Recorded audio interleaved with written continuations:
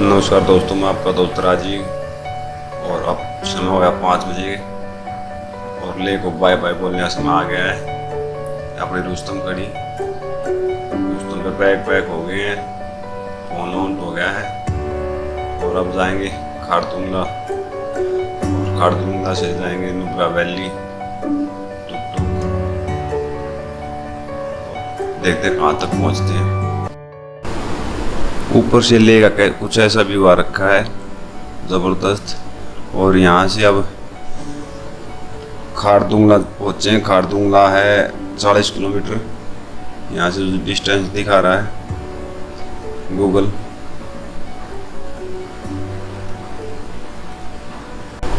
और टुक विलेज है सियाचिन बॉर्डर पे, उसकी दूरी 204 किलोमीटर दिखा रहा है।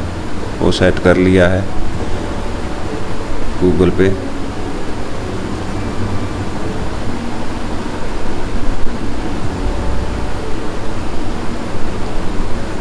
और सूर्यदेव प्रकट हो गए हैं।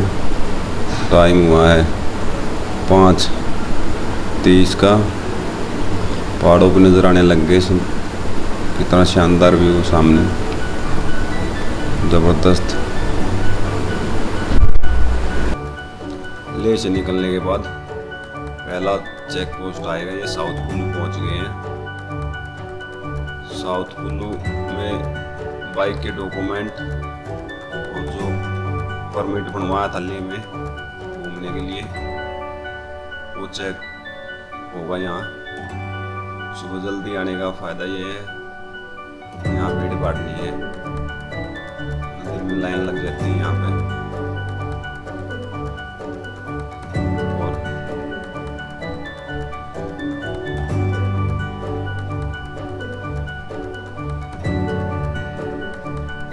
परमिट चेक करवाने मिलेगा, एक कॉपी दी जाएगी, बाइक का नंबर नोट होगा। उसके बाद फिर खारदुंगला पास आएगा। अहमद सर सामने।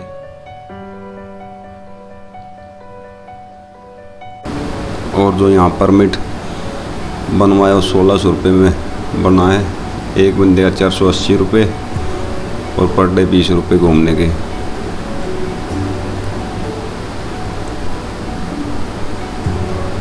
ये याक आ गए हैं।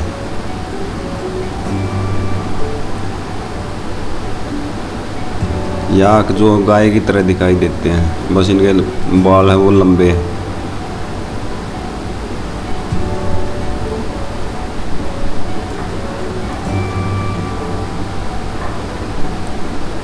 रोड पे ऊपर से बर्फ़ पिघल के चल रही है, उसका पानी रोड पे आ रखा है और साथ में बर्फ़ जम रही है। ऊपर सूर्य की रोशनी से पिघल के नीचे आ जाती है। नीचे टेम्परेचर कम है तो रोड पे बर्फ़ जम जाती है।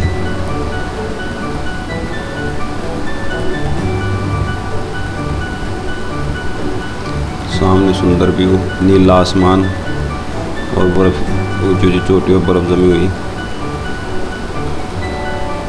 ये लद्दाख में यहाँ के नीला आसमान देखने को मिलता है और रोड के साथ साथ में बर्फ जमी हुई।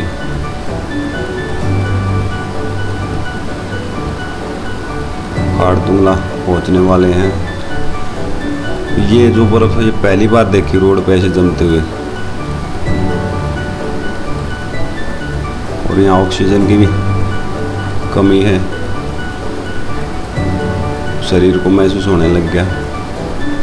और टेम्परेचर होगा यहाँ -4-5 का।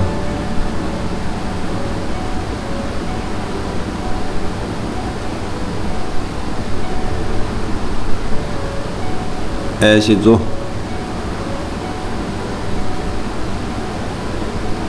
खारदुंगला पहुंच गए हैं।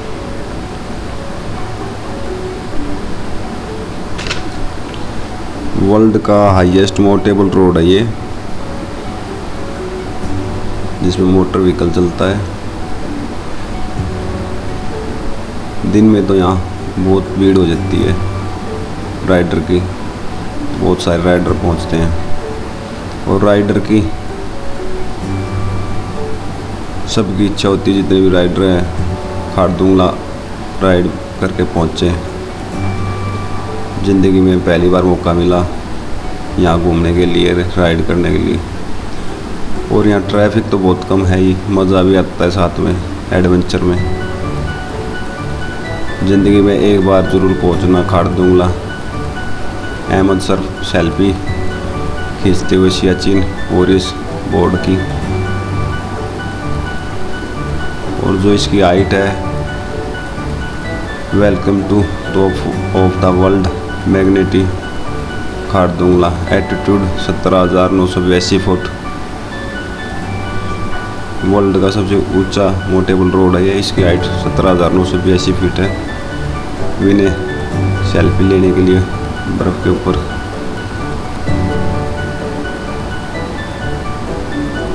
बर्फ़ तो वो देखी यहाँ आने के बाद अलग ही नज़ारा है।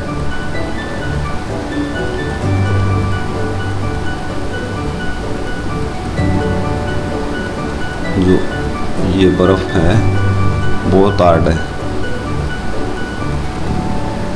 पत्थर की तरह जमी हुई है।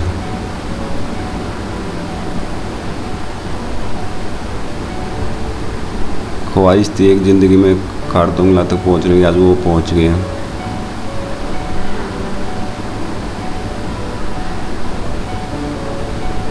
अहमद सर सेल्फी लेते हुए। सर का भी जज्बा बहुत ज़बरदस्त है, राइड भी बहुत अच्छी करते हैं। बंदे में स्टेमिना भी ज़बरदस्त है।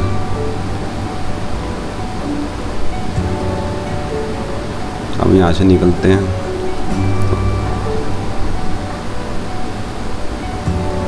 खारदुंगला में ऑक्सीजन की बहुत ज़्यादा कमी है। ज़्यादा 1 मिनट या 2 मिनट रुके होंगे, शरीर में सिर दर्द, सांस उखड़ने जैसे हालात हो गए थे 2 मिनट में ही। अब ये रोड परेशानी करे। अब नीचे जितना जाते जा रहे पानी, वही बर्फ़ और स्लिप मारता टायर। आगे अब अहमद सर बाइक पे जाते हुए। जो ये ऐसे छोटी छोटी आते खड्डे भी परेशान कर रहे हैं।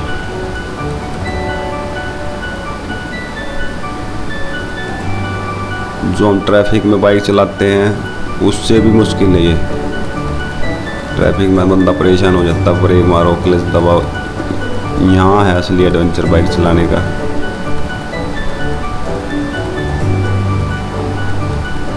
और दोनों तरफ में बर्फ जमी हुई।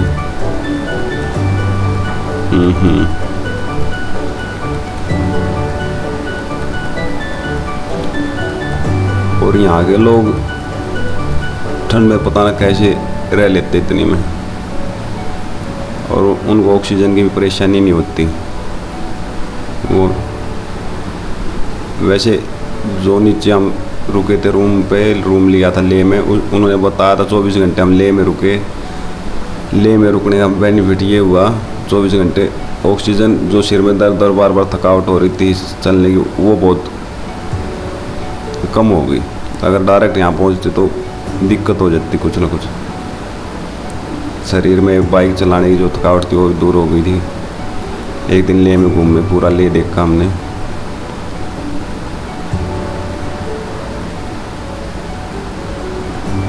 और यहाँ अलग ही नज़ारा है देखने लायक। नीला आसमान बिल्कुल, पहाड़ों की चोटी पे बर्फ़, रोड पे बर्फ़।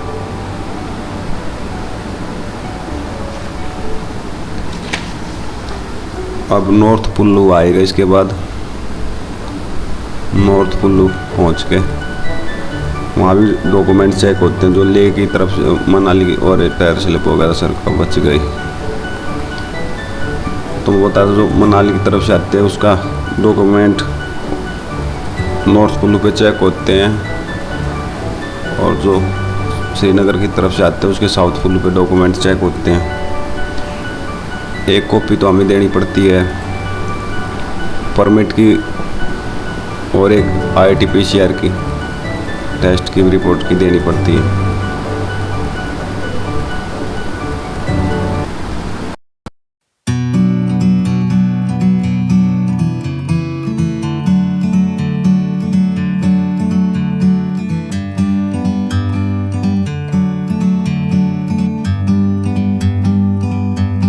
like a bird on a tree. I'm just sitting here, I got time, it's clear to see. From up here, the world seems small. We can sit together, it's so beautiful, you and me. We meant to be in the great outdoors, forever free.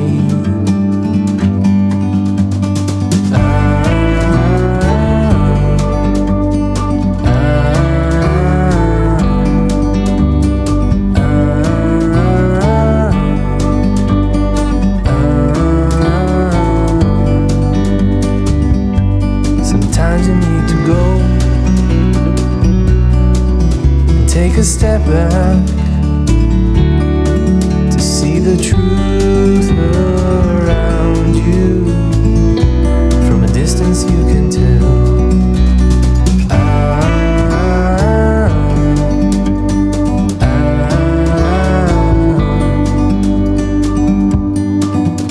You and me were meant to be outdoors, forever free. You and me, meant to be in the great outdoors, forever free.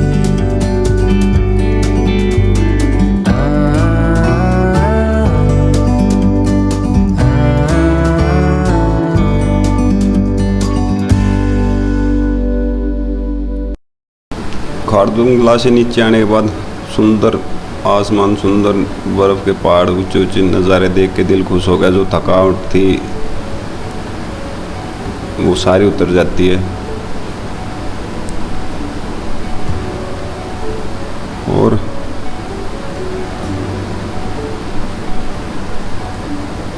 North Pullu पहुंच गए हैं। यहाँ check post है, उस पर document check होंगे, फिर आगे निकला जाएगा। और एक बार यहाँ देखते चाय मिल गई और मैगी मिल गई तो चाय और मैगी देखते मिल गई तो चाय पियेंगे पहले।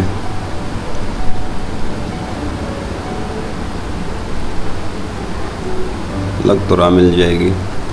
बेस का आर्मी बेस कैंप भी है साइड में। और जो ले से और टुक टुक की जो दूरी है वो 204 किलोमीटर की है। कोशिश करेंगे टुक टुक पहुँच गए, उसके आगे पैनामिक तक पहुँचे आज। सियाचिन बॉर्डर है वो पाकिस्तान का। टुक गांव और पैनामिक हाँ है तो साइड में रेस्टोरेंट, यहाँ चाय पीते हैं। दूसरी साइड आर्मी का बेस कैंप, सामने चेक पोस्ट है। पहले डॉक्यूमेंट चेक करवाते हैं, फिर देखते हैं चाय। नॉर्थ पुल्लू के बाद फिर आएगा खलसार। खलसार पहुंच के देखते पेट्रोल पंप है या नहीं वहाँ। चाय पी ली, मैगी खा ली थी, अब निकल रहे हैं। खलसार से चौक पे भी पेट्रोल पंप है। और अब पहुँचेंगे आगे दिस्कित, उसके बाद हुंदर, फिर ठोस और फिर तुर्तुक। 3-4 गांव हैं बीच में, 5 है। और दिस्कित लास्ट पेट्रोल पंप है इस रूट पे। दिस्कित पहुंच के पेट्रोल डलवाएंगे बाइक में। कैन में भी एक्स्ट्रा कैन ले रखे उसमें भी। और सीधा पहले पहुंचेंगे तुर्तुक, फिर हुंदर में कैमल राइड एडवेंचर कई एक्टिविटी है, वो आते वक्त देखेंगे। और साथ में कितना सुंदर खेत सरसों के लहलाते हुए शोक नदी के साथ साथ ही नुब्रा वैली है ये, और यहाँ हर गांव में खेती बड़े पैमाने पे की जाती है। नुब्रा वैली वो सारी शोक नदी के साथ साथ है, और ये सीधा रोड पहुंचता है सियाचिन बॉर्डर, पाकिस्तान है आगे। और यहाँ के जो मकान है वो सब कच्चे ही हैं, ज़्यादातर कच्चे मकान हैं।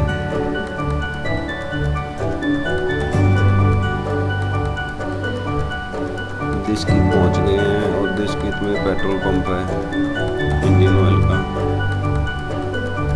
ज़्यादा बड़ा कुछ खास बना नहीं रखा, बस 3 मशीनें हैं पेट्रोल डीजल डालने की, एक पेट्रोल की 2 डीजल की। अहमद सर की बाइक में पहले डलेगा, सामने अहमद सर की बाइक।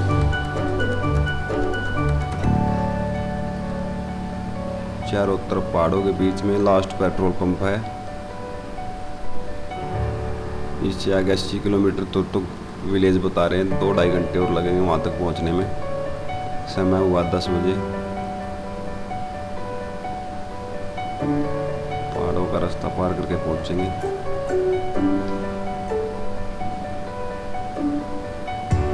यहाँ के लोगों की भी हिम्मत है यहाँ रहने की, खेती करने की, और 80 किलोमीटर दूर से पेट्रोल लेके आना, ले जाना। दिस्कित में पेट्रोल डलवा लिया है, अब अंदर आएगा, फिर तुरतुक पहुँचेंगे। और जो यहाँ घूमने का सही टाइम है, वैसे तो मई से लेके और सितंबर अक्टूबर तक पहुँचा जा सकता है, पर जून जुलाई का बेस्ट टाइम है। अब जुलाई है, जुलाई की 17-18 तारीख के आसपास, 17 हो गई आज। और यहाँ ना तो ज़्यादा बर्फ़ है, और बारिश तो यहाँ नाम मात्र ही होती है, हल्की फुल्की होती है, ज़्यादातर बर्फ़ ही गिरती है पूरे एरिया में। और ब्रिज भी ऐसा लोहे का है सामने, इसको ड्रिलिंग करके पहाड़ काट के बनाया गया, रास्ता दिया गया। और नीचे नदी बहते हुए झरना है, ये शोक नदी में मिल जाएगा। और ऊपर पहाड़ काट के ज़बरदस्त तरीके से बना रखा है बीआरओ ने, और रोड भी नीचे सामने शोक नदी है उसके साथ साथ बना रखा है ये तुरतुक तक। जो यहाँ बताया तुरतुक पहुँच के उसे 5-7 किलोमीटर आगे बॉर्डर है सियाचिन, वहाँ का परमिट नहीं मिला ना, वहाँ तक पहुँचते आज। ऐसे रोड पे चलना भी बड़ा मुश्किल है। अब एक चेक पोस्ट और आ गया, ये अहमद सर रहे और भी नहीं गया चेक पोस्ट पे कॉपी देने परमिट की, जो हमें परमिट बनवाया था। यहाँ एक परमिट की कॉपी जमा होती है, और साथ में आर्मी बेस कैंप भी है यहाँ।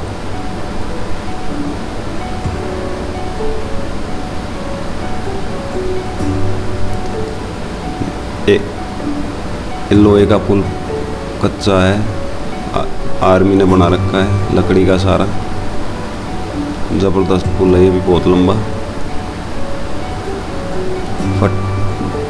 फट्टे चीर के जैसे गांव में बुग्गे वगैरह बनवाते थे, वो उस टाइप का पुल है। एक व्हीकल निकल जाता जब दूसरे व्हीकल को निकलने देते हैं। और परमिट की हमें 5-6 कॉपी निकलवा के रख ली थी। तुरतुक विलेज पहुंच गए हैं, और यहाँ के लोग कितना संघर्ष करते हैं पहाड़ों पे गेहूँ उगाना, कितना सुंदर व्यू गेहूँ का। ये देखो जो जुलाई महीने में तैयार हो रखा है गेहूँ। गांव को पूरा घूम के देखेंगे। लास्ट गांव ये भारत का सियाचिन बॉर्डर पे तुरतुक, और यहाँ ज़्यादातर गेहूँ हर फसल होती है। कुछ गांव में गेहूँ मिला, यहाँ लास्ट गांव इसमें तो बहुत सारे गेहूँ वगैरह बो रखे हैं। ये ऊपर एप्रीकोट का पेड़ है, कुमारनी बोली जाती है। ये पेड़ भी यहाँ आके देखने को मिला है, और यहाँ तो बहुत सारे पेड़ ही हैं ऐसे एप्रीकोट के।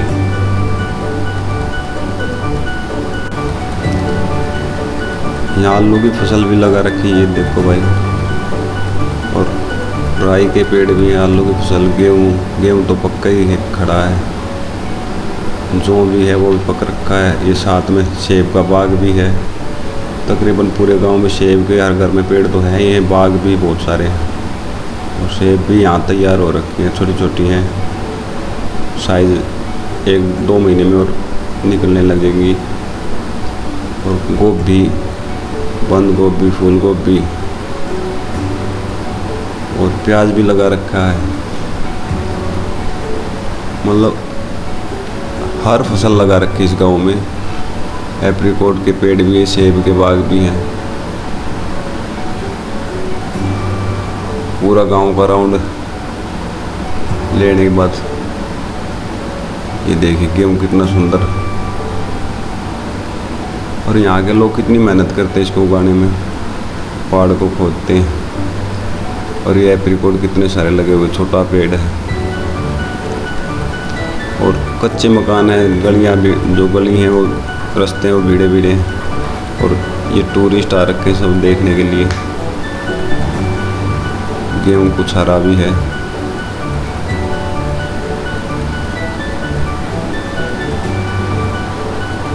लोग भगाते हैं। इसी गांव में इतना फसल उठा रहे हैं गेहूँ की, जो कि सेब के बाग, जो भी नुब्रा वैली उसके साथ साथ शोक नदी के साथ नुब्रा वैली जितनी भी है, इसी में फसल होती है।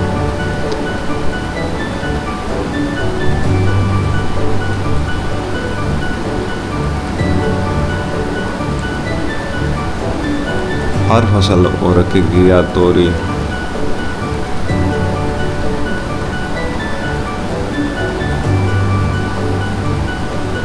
यहाँ ज़्यादा बड़े मकान भी नहीं है, गलियाँ,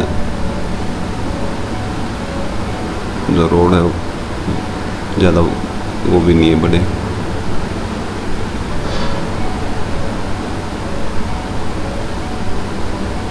पालक, धनिया, पुदीना, गाजर भी लगा रखी है। खुद की फसल हर एक तैयार कर लेते हैं, बाहर से कुछ नहीं आता। और सबसे बड़ी बात तो ये है 5 महीने मिलते हैं, फिर तो बर्फ़ हो जाती है यहाँ। 4-5 महीने में गेहूँ की फसल भी उठा लेते हैं, जौ की भी। और ये शॉप है थ्रेशर, जो अपने गांव में पहले होते थे, मोटर वाला वो थ्रेशर, छोटा बिल्कुल साइज में भी, ज़्यादा बड़ा नहीं है। ये देखो भाई, कभी गांव में पहले कभी छोटे थे जब देखा था थ्रेशर।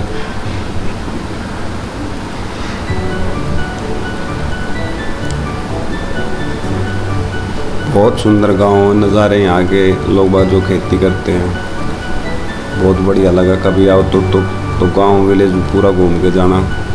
और ये टूरिस्ट तो गांव को कितना सुंदर बाग बना रखा है।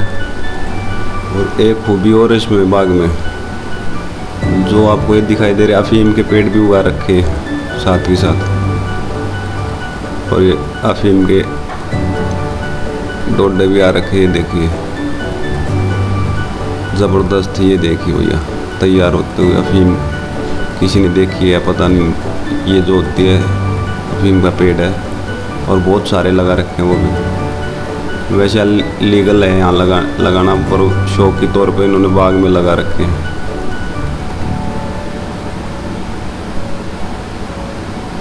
ये देखिए अफीम के पौधे, और हर एक पे डोडे 2-2, 3-3 आ रखे हैं। और सेब का पेड़ छोटा है पूरा, बहुत सारी सेब लगी हुई है। ये देखिए सुंदर। पीछे देखी थी वो तो छोटी छोटी सेब थी, ये इसका साइज बड़ा है, बिल्कुल लाल रंग आते हुए सेब। यहाँ से विलेज की स्टार्टिंग होती है।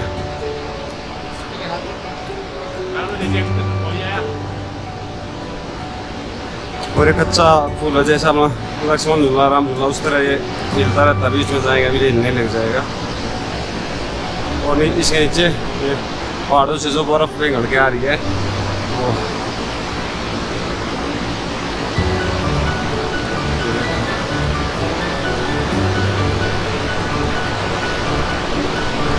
इधर गाँव पूरा ये अहमद सर आते हुए। सर कैसा रहा ट्रैकिंग? ट्रैकिंग कैसे रही? ट्रैकिंग बढ़िया एकदम फर्स्ट क्लास। First class. और प्लेस भी बहुत अच्छा लगा तुम गाँव कैसा था? उसका गाँव एकदम बढ़िया है, जैसे फेरी टेल थिएटर कहानी आती थी ना एक, हाँ। उसका प्रयोग होगा ऐसे गाँव बहुत सुंदर है एकदम। और एक और खूबी है सर गाँव में, जी हर बंदा अपनी छोटी या जमीन या बड़ी जमीन खुद की फसल लगाता है, चाहे वो सब्जी हुई चाहे कुछ हुई। छोटा गाँव होने के बाद भी गेस्ट हाउस के अंदर गेस्ट हाउस भी रखे हैं सभी, रेस्टोरेंट भी है। और इस 5 किलोमीटर आगे पाकिस्तान बॉर्डर आ जाता है।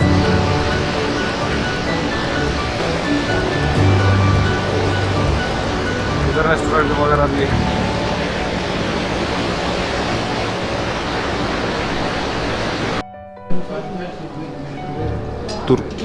तुक वैली रेस्टोरेंट, यहाँ पहुँचे थे हम तुक में तकरीबन 12:30 बजे।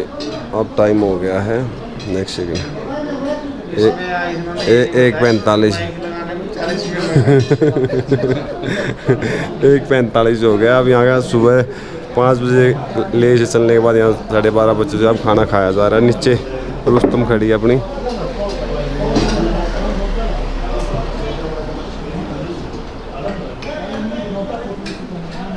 और खाने में भाई साहब ने ऑर्डर दिया है फ्रेंच फ्राइज, और भाई चपाती लेंगे, दाल चपाती।